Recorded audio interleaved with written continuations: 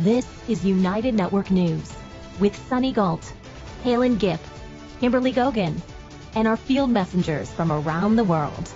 Here's today's real news. It's Friday, May 9th, 2025, and here are today's stories. El Salvador's bold economic moves are making headlines, but at what cost to its people and the planet? Plus, a farm in Tennessee is using livestock in an unexpected way to heal the land. In India, rising obesity rates reveal a growing health crisis. While here at home, we are whipping up a fluffy carrot souffle that's as good as it sounds.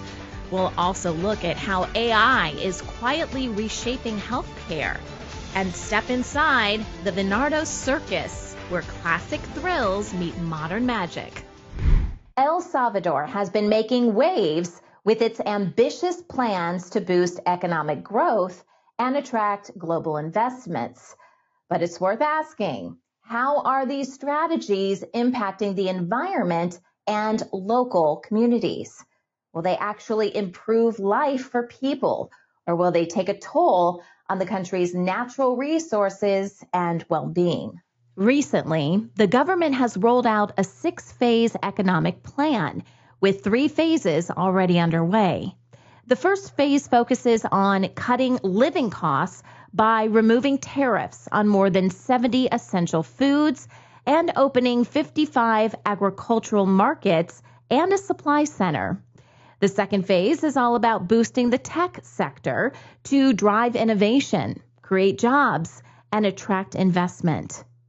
Phase 3 invests heavily in modernizing the country's ports, thanks to a $1.6 billion investment to boost regional logistics. These upgrades aim to strengthen El Salvador as a regional logistics hub. Overall, the plan is designed to spark growth and create new opportunities for everyone. The President Nayib Bukele presented the National Economic Plan to be developed in 6 phases.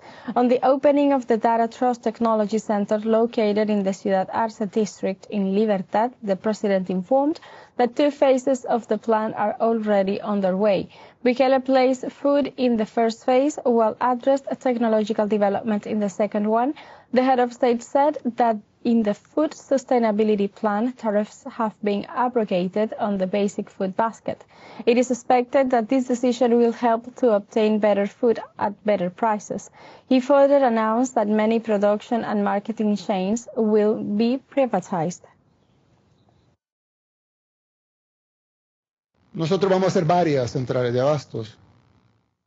We are going to build several wholesale markets that will be operated by private companies. So we are already finishing the first wholesale market, which is being built where the former Citrum's facilities used to be, and now this is one of the modules of many. This wholesale market is being built, and what we want to do is to build several wholesale markets across the country that will be privately managed, both the global administration and the internal traders of each of the wholesale markets, and once all these wholesale markets are built and open, the markets will be closed. It is impossible to think and believe that mining will bring development. What it brings is destruction. It can bring development and profit, but for large companies, for the country's oligarchy and transnational corporations, but not for the community, not for society, not for the people. It is impossible to think that mining will bring development. It brings destruction and death. So that there is greater awareness of what El Salvador is about to experience if we do not close ranks in the face of this threat of mining exploitation in this country.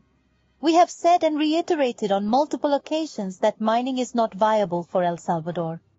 There is no doubt that the beneficiaries of mining here will be small groups of companies, whether national or transnational power groups, who will take away the minerals and resources that are in our subsoil. And what will be left for the communities in the end will be misfortune, pollution, poverty, and prostitution. Here we have the San Sebastian River, completely contaminated by heavy metals, by the drainage of acid from mines, by the leaching of mining activities in the past, and we see how the river remains contaminated. So it is not true that the mine does not pollute, it is not true that there are no polluted rivers.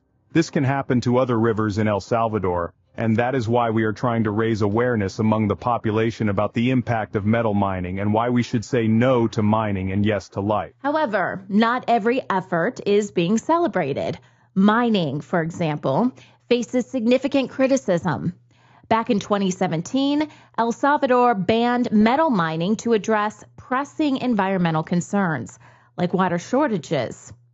Fast forward to December 2024, and that ban has been lifted.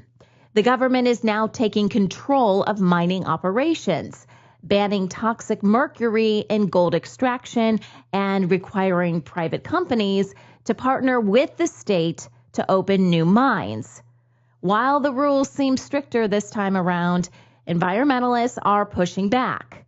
They're warning of serious risks to ecosystems and public health, including exposure to harmful substances like arsenic. Another hot topic is the president of El Salvador's push for a new international airport. The project is being promoted as a key driver for tourism and economic growth, but it's caused significant backlash. The construction has led to deforestation and cleared more than 1,000 acres of forests, farmland, and mangroves. Beyond the environmental toll, more than 225 families in La Union have been displaced, losing their homes and ways of life. Many locals feel left behind, with low compensation for their land and skyrocketing property prices, making resettling even harder. The airport is also tied to the president's flashy Bitcoin City project, aimed at attracting crypto investors. But critics argue this vision prioritizes grand projects over sustainable development, leaving local communities to shoulder the burden. El Salvador's plans are undeniably ambitious, but they're also controversial. While the government pushes for economic growth, the question remains, how much are the people and the environment paying for progress? Healthy soil is vital to supporting our ecosystem and enhancing biodiversity. A unique regenerative initiative in Lewis County, Tennessee, focuses on creating topsoil with the assistance of livestock. UNN Field Messenger Kathleen explores this innovative local farming project. Hi, this is Kathleen Rosemary, speaking to you from Summertown, Tennessee. I'm a United Network Field Messenger, and I want to share with you a wonderful regenerative project, building topsoil, over a period of the plan is 7 years to build topsoil using these animals. I'm going to introduce him. He's at the Ancient Nutrition Research Farm. And so what we're trying to do here is build topsoil. That's one of our main goals. We know that topsoil in this world is going away faster than we can make it. So we've got a project that we have initiated that is a regenerative ag project that involves sheep, water buffalo, goats, cattle, ducks, chickens, and turkeys, and a whole bunch of low. There's over 54 acres total that's being used for this project. Here we have the ruminants, a herd of water buffalo, sheep, goats, all learning how to live together over a period of time and sharing a paddock fenced in by electric fencing. And they will move from this paddock after one day. And the next day, you will have here over 1,000 chickens, turkeys, and ducks who are moved into the paddock and given thousands of pounds of organic food waste. And then the chickens will follow the ruminants into the next paddock and the next paddock and so on. This project planned to last about 7 years. There's a Rodale Institute scientist on staff full-time taking measurements so they can keep track of how the soil building is going. Thank you for watching. I'm Kathleen Rosemary, signing off. Thank you again. India's eating habits are fueling a major health challenge, obesity. For the past 32 years, obesity levels have been steadily rising, affecting both adults and kids. While cities are leading the way, rural areas aren't far behind. The country now faces a double burden of malnutrition and obesity, a tricky combination to tackle. So, what's behind this growing trend? It mostly comes down to lifestyle. Minimal physical activity, poor sleep, and unhealthy diets are major factors. Junk food has replaced nutritious staples like cereals and pulses, beans, lentils, and chickpeas. Processed snacks are cheaper and easier to access, making them harder to avoid. Urbanization and rising incomes have fueled the craving for high-fat, sugary foods. On top of that, awareness about healthy eating and food safety guidelines remains pretty low. The booming ultra-processed food industry hasn't helped either, with retail sales and trans fat intake rising sharply. This issue isn't limited to wealthier groups anymore. Unhealthy options like samosas and pakoras have become popular because they're cheaper and more convenient than fresh produce. As a result, obesity has spread across the country. The burden of obesity is on the rise globally as well as in India. A swift increase in the number of obese people shows India could soon be facing an obesity epidemic, with alarm bells ringing, particularly for the young. As levels of obesity in India rise across all zones, undernutrition and the accompanying outcome of an underweight population is now being replaced by signs of an overweight and obese population. Female obesity prevalence, too, is increasing sharply. Women had a 9.8% prevalence, an increase of 8.6 percentage points from 1990. According to a Lancet study, 44 million women and 26 million men aged above 20 in India are found to be obese. This figure being 2.4 million women and 1.1 million men in 1990. India's fight against obesity is struggling due to weak food regulations.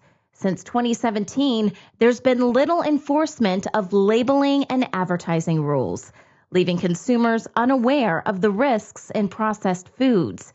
There's also no clear definition of high fat, salt, and sugar foods, giving brands a free pass to market unhealthy products. Mandatory front-of-pack warning labels are missing, and misleading health star ratings are making sugary snacks seem healthier than they are. Strong lobbying by food companies has watered down regulations, and while advertising laws and consumer protection measures are in place, they lack the enforcement to ensure nutritional transparency.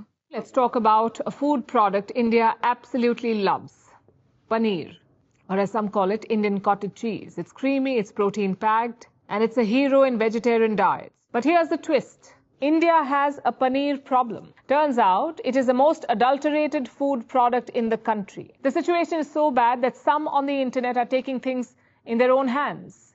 They're doing the iodine test. Traditionally, it is made out of fresh milk, but it's often manipulated with synthetic substances. The most common is starch.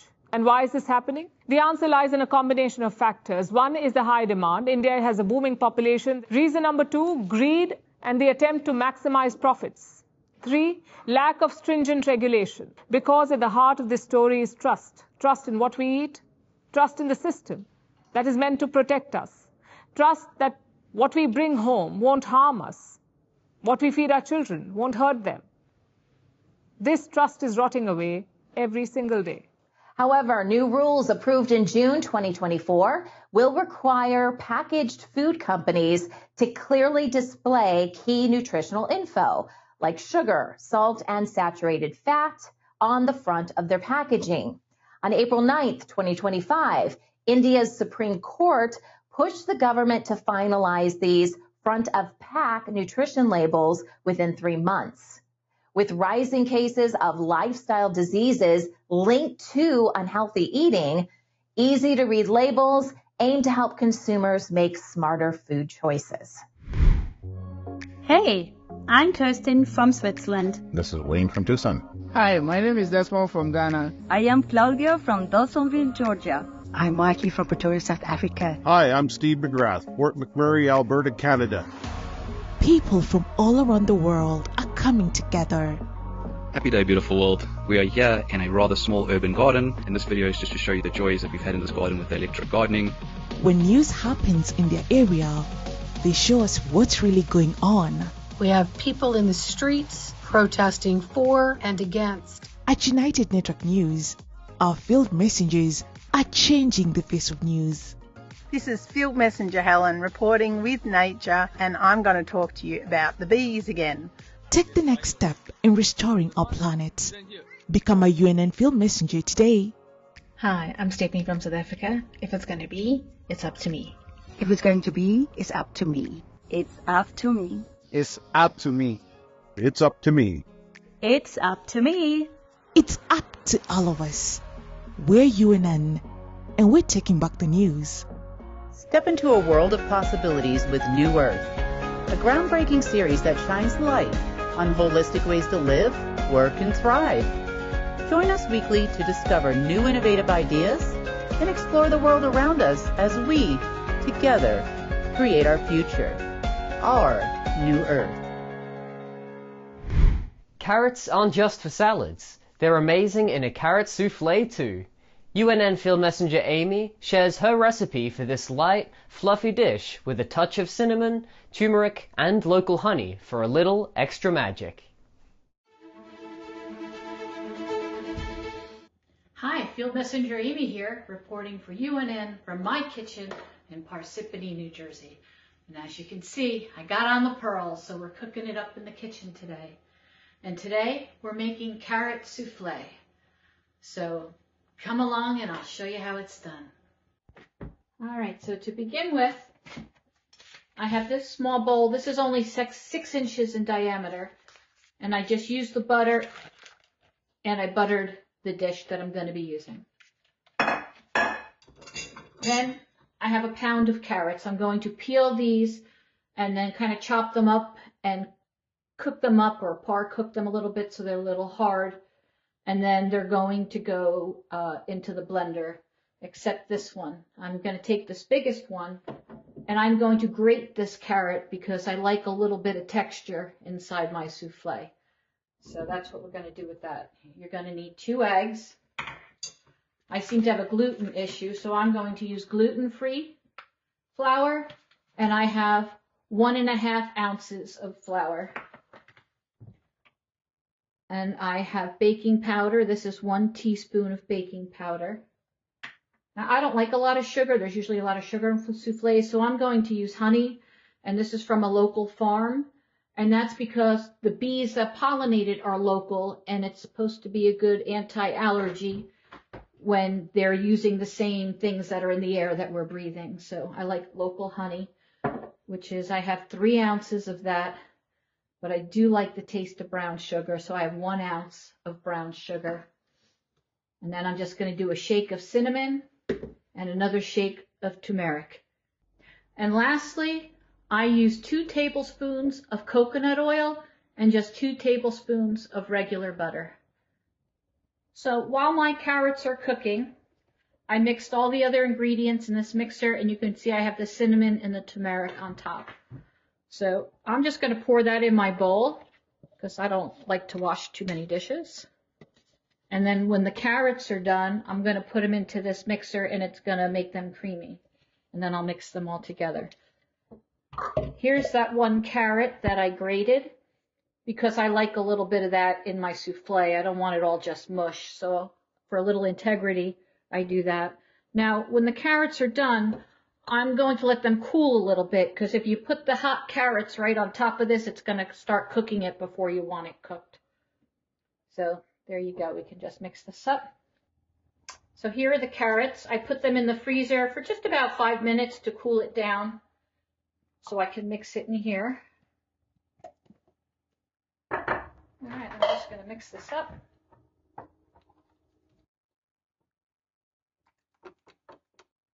right, and then we're going to put it in the oven to bake for about 1 hour. Well, it's only been 45 minutes, so let's see if it's done. You see you press on it and it feels like it's set. So you know what? I'm going to just let it sit for a couple of minutes because it feels good to me. In the meantime, I'm going to take a taste. Well, it was another great recipe. I hope your taste buds like it as much as mine did. Bon appetit. See you next time. When you think about artificial intelligence, you probably picture robots, self-driving cars, or something out of a sci-fi movie, right? But one area where AI is growing is healthcare. It's not super flashy, but it's happening fast, and it's already changing the way we get help when we're sick, stressed, or just trying to stay healthy. One of the main ways AI is showing up in healthcare right now is through chatbots. You've probably seen them, those little pop-ups on doctors' websites or inside a health app. Some are pretty simple, like helping you book an appointment or sending a reminder to take your meds. Others go a little deeper, asking about your symptoms or even checking in on your mental health. They're not nurses or doctors, but they're being used more and more to make basic info easier to get. Part of why they're catching on is because they're available anytime. Middle of the night and you have a weird health question, a chatbot might be able to help at a fraction of the cost. Like Wobot, a popular chatbot designed to help with stress, anxiety, and other mental health issues. It uses techniques from cognitive behavioral therapy to guide you through conversations with tips and exercises. Allison Darcy, a research psychologist and entrepreneur, decided to use her background in coding and therapy to build something she believes can help people in need. A mental health chatbot she named Wobot. Like Woe Is Me. Woe Is Me. Wobot is an app on your phone, kind of a pocket therapist that uses the text function to help manage problems like depression, anxiety, addiction, and loneliness, and do it on the run. I think a lot of people out there watching this are going to be thinking, really? Computer psychiatry? Come on. Well, I think it's so interesting that our field hasn't, had a great deal of innovation since the basic architecture was sort of laid down by Freud in the 1890s, right? That's really that sort of idea of like two people in a room. But that's not how we live our lives today. We know the majority of people who need care are not getting it. There's never been a greater need, and the tools available have never been as sophisticated as they are now. And it's not about how can we get people in the clinic. It's how can we actually get some of these tools out of the clinic and into the hands of people. However, not all chatbots are created equal. The difference really comes down to how they're designed, what kind of data they're trained on, and how accurately they can understand and respond to human needs. In March 2025, a randomized trial of another AI mental health chatbot called Therabot showed it helped users reduce symptoms of depression, anxiety, and eating disorders more than those who didn't use it. Some people say they feel more comfortable opening up to an AI for therapy because there's no fear of being judged by a real person. A major concern with chatbot therapy is the risk of harmful advice. In 2023, a Belgian man died by suicide after speaking with an AI chatbot about his anxiety over climate change. In 2024, a 14-year-old boy who felt close to a chatbot also died by suicide, with his mother suing the company after the bot allegedly encouraged him. Another lawsuit involved the parents of an autistic teen claiming the chatbot implied it was okay to harm his parents. These incidents led the companies to implement safety updates showing the need for better safeguards in AI when dealing with sensitive topics like mental health. Are AI therapy chatbots the next step in mental health, or are they a harbinger of the destruction of humanity? As a clinical psychologist, people ask me this every day, maybe not phrased exactly like that, but people want to know, are these things any good or not? And until recently, I haven't really had a strong opinion because I've never tried one. So last week, I tried 3 of the top-rated AI therapy chatbots on the App Store and engaged with them in what I thought was a realistic way as a therapy client and gave my critique on them as both a client and a therapist. I'll give you the short answer right now. They weren't super awesome. 2 of them right away, like within 2 or 3 sentences, started telling me what to do and engaging me in action steps and lifestyle modification before really understanding anything about what I was going through. The third one, I freaked him out so much he tried to refer me to a higher level of care. I think that AI therapy is a potentially beneficial idea, but it is very much not there yet. But what happens if you don't even know you're chatting with an AI? Some AI systems are getting so good at sounding human that it's easy to get confused, especially if companies aren't upfront about it. In late 2024, California lawmakers passed a bill that would have forced companies to be a lot clearer about when people are talking to an AI chatbot instead of a real person. It also pushed for new rules on big AI systems, like requiring safety checks and built-in kill switches to prevent things from going wrong. Even though the bill had support from both political sides, the governor ended up vetoing it, claiming it might slow down innovation and hurt California's standing as a tech leader. When it comes to using chatbots in healthcare, it's not about picking one side or another. Chatbots can be great for quick answers, basic symptom checks, or helping people get support faster, but they definitely have limits, especially when it comes to complex or emotional situations. It doesn't have to be all or nothing, though. Blending AI tools with real human care could offer a balance, giving people both the convenience of fast support and the deeper connection only a real person can provide. Venardo Circus offers a unique entertainment experience that combines the best of classic circus acts with modern theatrical elements. UNN Field Messenger Claudia introduces us to the ringmaster and the circus. Good afternoon, everybody. Field Messenger Claudia reporting for United Network News from Dawsonville, Georgia, and today with Venardo Circus. Here we are with Kevin, the ringmaster, who is gonna just tell us everything about this beautiful circus. Oh boy. Hi, everybody. Right behind me is Ted from Italy, which is very fancy and very beautiful, and the culmination of many years of digging around, chasing a dream. This began many years ago. I grew up in New Jersey, and I went to school studying musical theater, and I was in New York trying to audition anything that someone would pay me money to do, sing and dance. And from a wild open audition in New York, I got a gig as the ringmaster of the Ringling Brothers and Barnum Bailey Circus, which was totally out of left field. It was singing and dancing, and it was in a giant arena. You see, this is the place you discover the key to unlocking your imagination.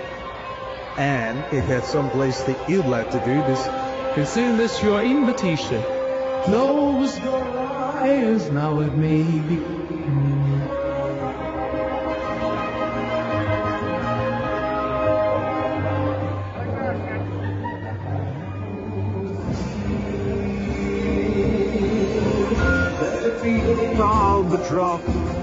There's a cloud that scars the heart. There's a secret, say your prayers.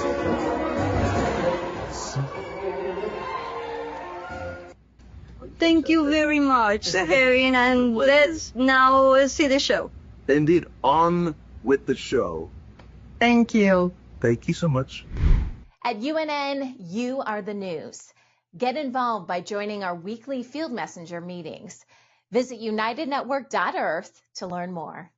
Remember, if it's going to be, it's up to me.